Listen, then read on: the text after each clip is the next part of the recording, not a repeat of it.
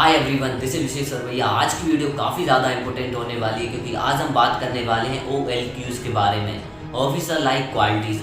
यानी कि आपका जो SSB इंटरव्यू होता है उसमें जितने भी टेस्ट होते हैं उन सभी का एक ही मोटिव रहता है, आपके अंदर OLQ टेस्ट करना कि आपके अंदर ऑफिसर लाइक क्वालिटीज़ हैं या नहीं। तो यदि आप SSB इंटरव्यू की प्रिपरेशन कर रहे हो या फ्यूचर में ऑफिसर बनने वाले हो तो आपके अंदर ये 15 OLQs होना चाहिए। साथ में हम ये तो बात करेंगे कि OLQs होती क्या है, साथ में हम ये भी बात करेंगे कि आप अपने अंदर कैसे चेक कर सकते हो कि आपके अंदर वो सारी क्वालिटीज़ हैं और नहीं है तो आप उनको कैसे डेवलप कर सकते हो। तो चलिए शुरू करते हैं। OLQs बताने से पहले आपसे एक गुजारिश है कि पेन कॉपी लेके बैठ जाएं और जो भी आपके अंदर क्वालिटीज़ हैं उस पर राइट का निशान लगाते जाएं और जो नहीं है उस पर क्रॉस का निशान लगाते जाएं, ताकि आपको पता चल सके कि आपके अंदर कौन कौन सी क्वालिटीज़ हैं और कौन कौन सी नहीं हैं। तो हम अपनी OLQs को सबसे पहले 4 पार्ट्स में डिवाइड करते हैं, जैसे आप स्क्रीन पर देख सकते हो। सबसे पहले organisation and planning, second social adjustment, third social effectiveness, fourth mental strength. फिर हम फर्दर ऑर्गेनाइजेशन एंड प्लानिंग को 4 पार्ट्स में डिवाइड करते हैं, effective intelligence, organising ability, power of expression, reasoning ability. फिर हम सोशल एडजस्टमेंट को भी 3 पार्ट्स में डिवाइड करते हैं, social adaptability, sense of responsibility, cooperation. फिर हमारा सोशल इफेक्टिवनेस को हम फर्दर 5 भागों में बांटते हैं, self confidence, initiative, ability to influence the group, speed of making decision, liveliness. फिर हम फर्दर मेंटल स्ट्रेंथ को 3 पार्ट्स में बांटते हैं, डिटर्मिनेशन, करेज और स्टेमिना। अब हम इनके बारे में डिटेल में देखने वाले हैं कि आखिर में ये होती क्या है और हमें कैसे पहचाने कि ये क्वालिटीज़ हमारे अंदर हैं और नहीं है तो हम किस तरीके से इन्हें अपने अंदर ग्रैब कर सकते हैं।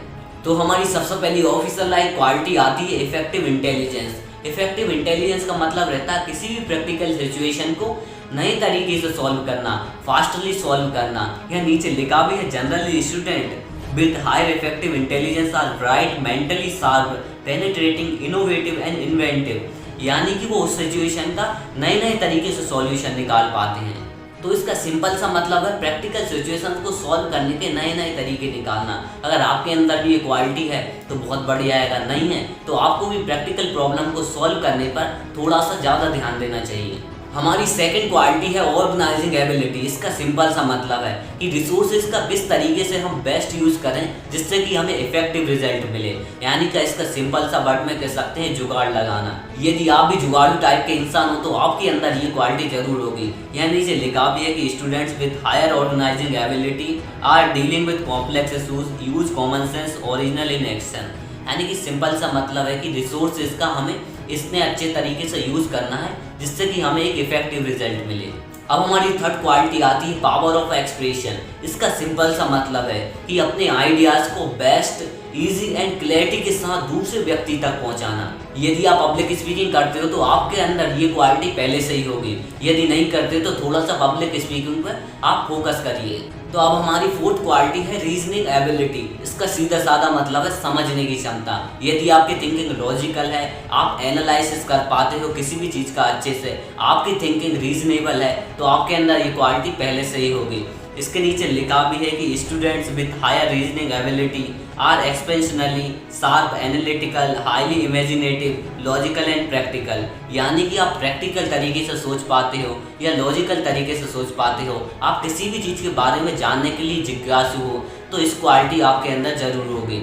अब आते हैं हम सेकंड पार्ट के फर्स्ट पे, इसे मैंने 5th नंबर दे दिया। ये है हमारा सोशल एडेप्टेबिलिटी। इसका सीधा साधा मतलब है यदि आप किसी डिफरेंट सोसाइटी एनवायरनमेंट में जाते हो, डिफरेंट ग्रुप्स में जाते हो, तो आपका कैसा एक्ट और कैसा रिएक्शन रहेगा, क्या आप वहाँ के लोगों को एडेप्ट कर पाओगे या नहीं। यहाँ पर लिखा भी है कि persons with higher adaptability are very spontaneous in adjusting well in short time. यानी कि वो किसी भी डिफरेंट ग्रुप में जाएंगे तो बहुत कम टाइम में अडेप्ट कर लेंगे, फ्लेक्सिबल अंडरस्टैंडिंग होगी उनकी, फ्रेंडली एंड सिंपैथिक होंगे। यदि आप कहीं दूसरी जगह जाते हो, थोड़ी ही टाइम में वहाँ के लोगों से अच्छी तरह घुल मिल जाते हो, तो आपके अंदर ये क्वालिटी पहले से ही होगी। अगर नहीं है तो आप थोड़ा सा लोगों के साथ घुल मिलना सीख जाइए। अब हमारी 6th क्वालिटी आती है सेंस ऑफ रिस्पॉन्सिबिलिटी। इसका सीधा साधा मतलब रहता है बिना किसी की हेल्प के किसी भी टास्क को पूरा करना।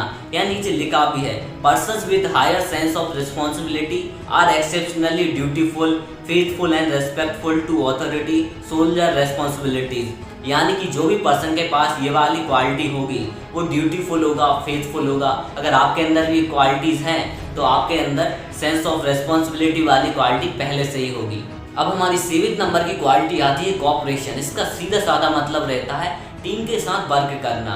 ऐसे लोग नीचे लिखा है सच पर्सन्स आर सेल्फलेस होते हैं, वॉलंटियर्स वर्कर्स होते हैं, they are also spontaneous and group minded people होते हैं। अब हमारी 8वीं क्वालिटी आती है सेल्फ कॉन्फिडेंस। इसका सीधा साधा मतलब है how to deal with stressful situations, यानी कि आपको कितनी भी कठिन परिस्थिति आ जाए उससे आपको किस तरीके से निपटना है, और कितनी भी कठिन सिचुएशन आ जाए अपने माइंड को शांत रखना और पूरा फोकस उसके सॉल्यूशन पर लगा देना। इसका सबसे अच्छा एग्जांपल MS धोनी, जिन्हें कैप्टन कूल के नाम से जाना जाता है। भले ही कितनी भी कठिन सिचुएशन हो लेकिन उनका माइंड हमेशा शांत रहता है। और यहाँ पर लिखा भी है कि people with higher self confidence, abundant faith, abilities and difficulties, यानी कि उनके पास भरपूर मात्रा में विश्वास होता है, योग्यताएं होती हैं और किस तरीके से कठिन सिचुएशन से निपटना है उनके पास टेक्निक्स होती हैं।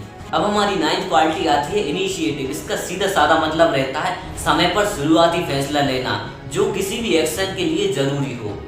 ऐसे लोगों का माइंड कभी खाली नहीं रहता, उनके माइंड में कोई ना कोई आइडिया घूमता ही रहता है।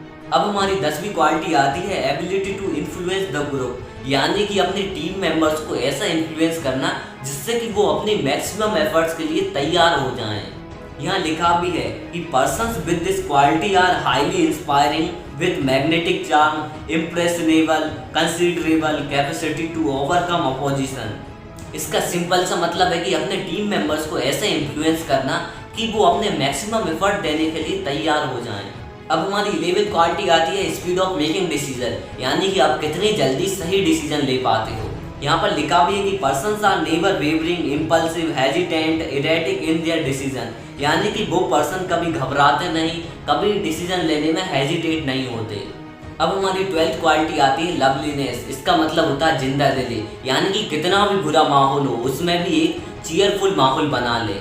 जैसे यहाँ पर लिखा भी है कि the capacity of an individual to keep himself buoyant when meeting problems and bring about a cheerful atmosphere, यानी कि कितनी भी बुरी सिचुएशन हो उसमें एक अच्छा माहौल बना ले।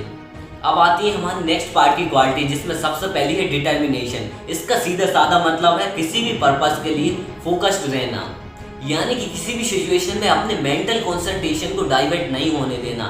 यहाँ पर लिखा भी है कि they are highly resolute, unwavering, advent, industrious, firm and study, persevering and persisting, यानी इन लोगों के सामने कैसी भी सिचुएशन आ जाए ये हमेशा डटे रहते हैं। अब हमारी 14 क्वालिटी आती है करेज, यानी कि साहस, यानी कि किसी भी मुश्किल सिचुएशन के लिए वो रिस्क ले सके। इसे हम रिस्क टेकर भी बोलते हैं। जैसे यहाँ पर लिखा है ये लोग दे आर डाउटलेस होते हैं, रिस्क टेकर होते हैं, डेयरिंग पर्सन्स होते हैं, एग्रेसिव होते हैं, क्रिएटिव होते हैं, बोल्ड होते हैं, साहसी होते हैं, फिजिकल एंड मोरल करेज रखते हैं और ये कभी भी खतरों से नहीं डरते। अब हमारे 15 नंबर की क्वालिटी आती है स्टेमिना। इसका मतलब रहता है फिजिकल एंड मेंटल स्ट्रेस को झेलने की कैपेसिटी। जैसे यहाँ लिखा है ये लोग such persons possess herculean physical mental capabilities can withstand plenty of physical and mental stress. ये लोग काम रहते हैं, वेरी टफ इंडिविजुअल्स रहते हैं। आशा करूंगा कि आपके OLQ से रिलेटेड सारे डाउट क्लियर हो गए होंगे। और भी आपका कोई डाउट हो तो आप कमेंट बॉक्स में लिखकर पूछ लेना। साथ ही ऐसी वीडियोस के लिए चैनल को सब्सक्राइब करना मत भूलना। इसी के साथ मिलते हैं नेक्स्ट वीडियो में, तब तक के लिए जय हिंद जय भारत।